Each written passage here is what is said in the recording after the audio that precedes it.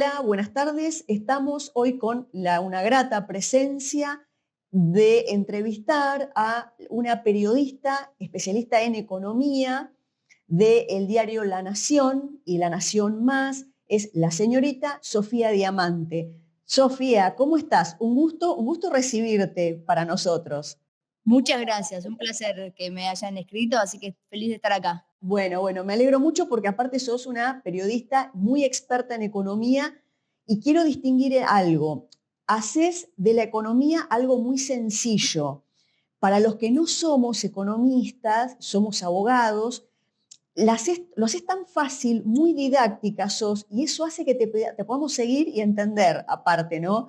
Porque a veces Bueno, cuando se habla de muchos índices, nos quedamos medios perdidos, ¿no? Y a veces charlamos con nuestros clientes, porque imagínate que todo comercio exterior apunta a lo que es la producción, cómo va la economía del país, cambio de gobierno, una serie de factores. Y cuando te escuchamos a vos, muchos coincidimos de que qué fácil que lo hace Sofía a la parte económica, ¿no? Así que en eso muy agradecida también.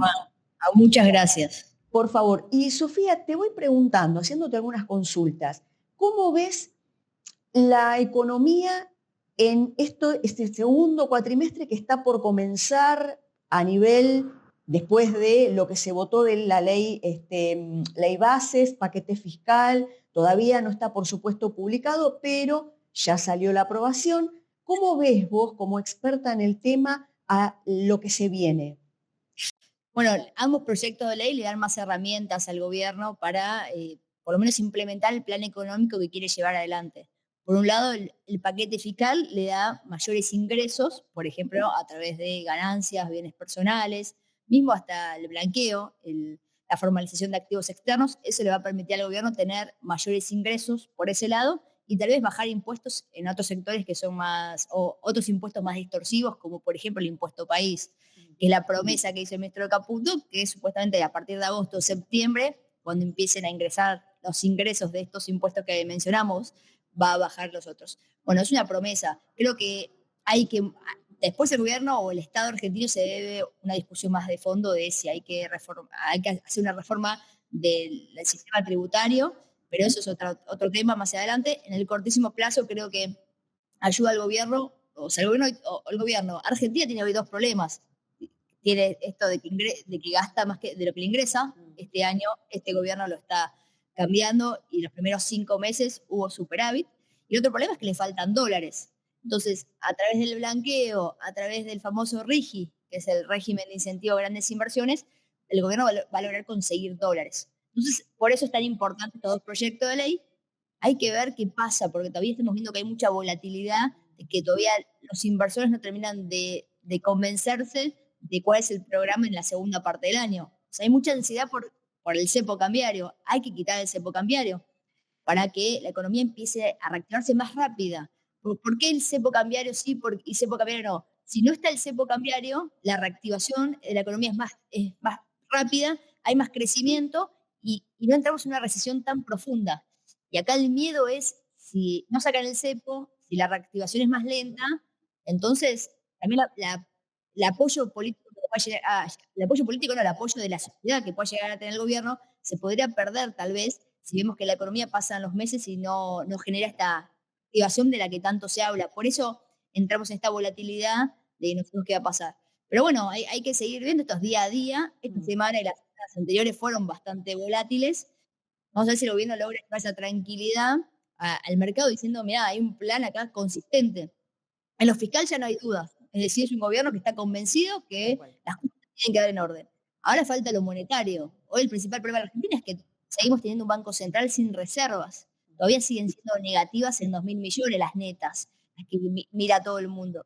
Y encima vemos que le está costando sumar reservas. Y eso es una condición necesaria, o por lo menos una condición que va a ayudar a quitar el cepo.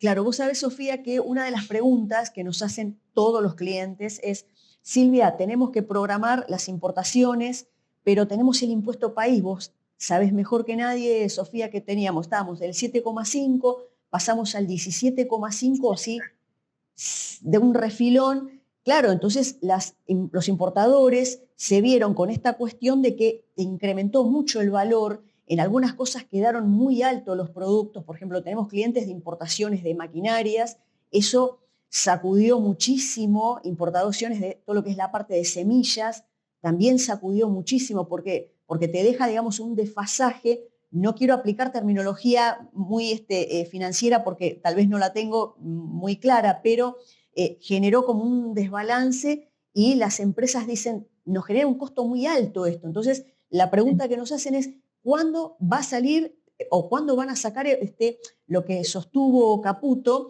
de bajar ese 10% que hace como que va a tratar de generar un poco más de facilidad y que podamos de vuelta arrancar toda la economía que está como un poco medio caída, ¿no? Lo vemos en la cantidad de cargas que ingresan, el trabajo ha bajado en líneas generales, vemos esa fluctuación, pero tal vez uno, como no es experto en el tema, tal vez sean procedimientos normales, ¿no? Por eso a veces vamos a recurrir a economistas, gente experta, para que nos aclare un poquito y mucho más a toda la gama de los clientes, ¿no? Porque dicen, desde un juguete, maquinaria, semillas, ¿cómo muevo todo esto?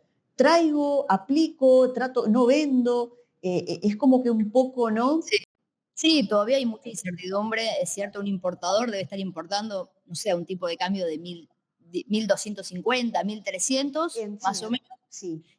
Y después, cuando quiere exportar, el tipo de cambio que recibe es 1.000 aproximadamente, pero hay que sacarle encima retenciones a aquel que exporta. Entonces, Total. hay una distorsión. Yo compro a 1.250, vendo a 1.000, claramente no es negocio. Y la verdad que vivimos en un país, pese a que sea una economía cerrada, es una economía integrada, donde cada uno que produce tiene insumos que tiene que importar. Total. Entonces, obviamente que hay un tema, por eso es por ahí este gobierno también tiene el problema de que generó mucha expectativa, mucha ansiedad.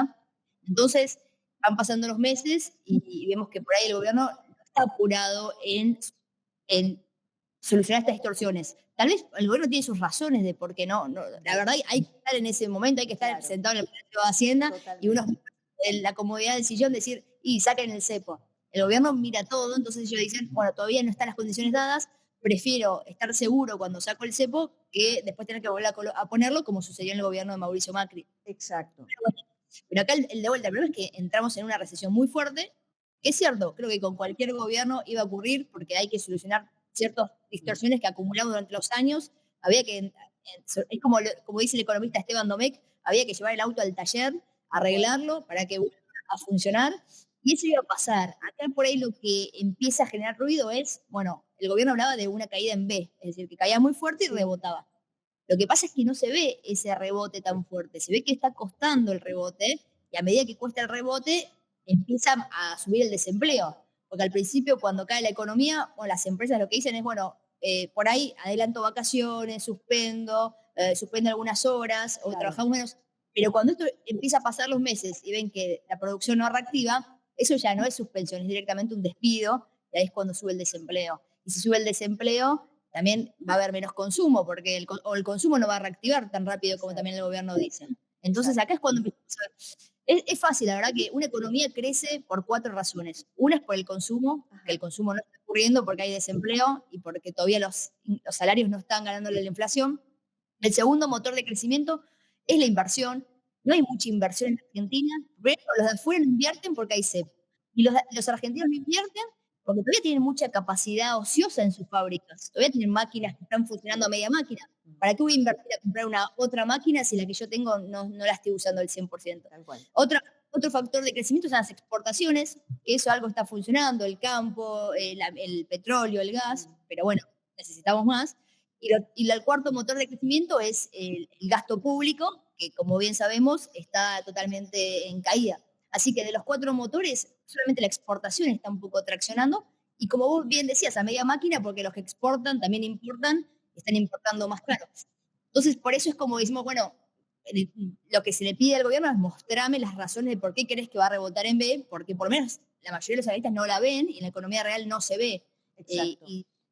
¿Sabés qué creo también, Sofía? Que es cierto lo que cuando vos citaste la palabra ansiedad, porque dentro del comercio exterior veníamos realmente de 4 años detonados y vos sabés bien que todo lo que es comercio exterior se trabaja con todo programación constante, ¿no? O sea, vos para importar de China no podés decir, ¿me mandás 4 contenedores que los necesito mañana? No funciona así. Por lo menos necesitas 6 meses y vas trabajando con 6 meses adentro, ¿no?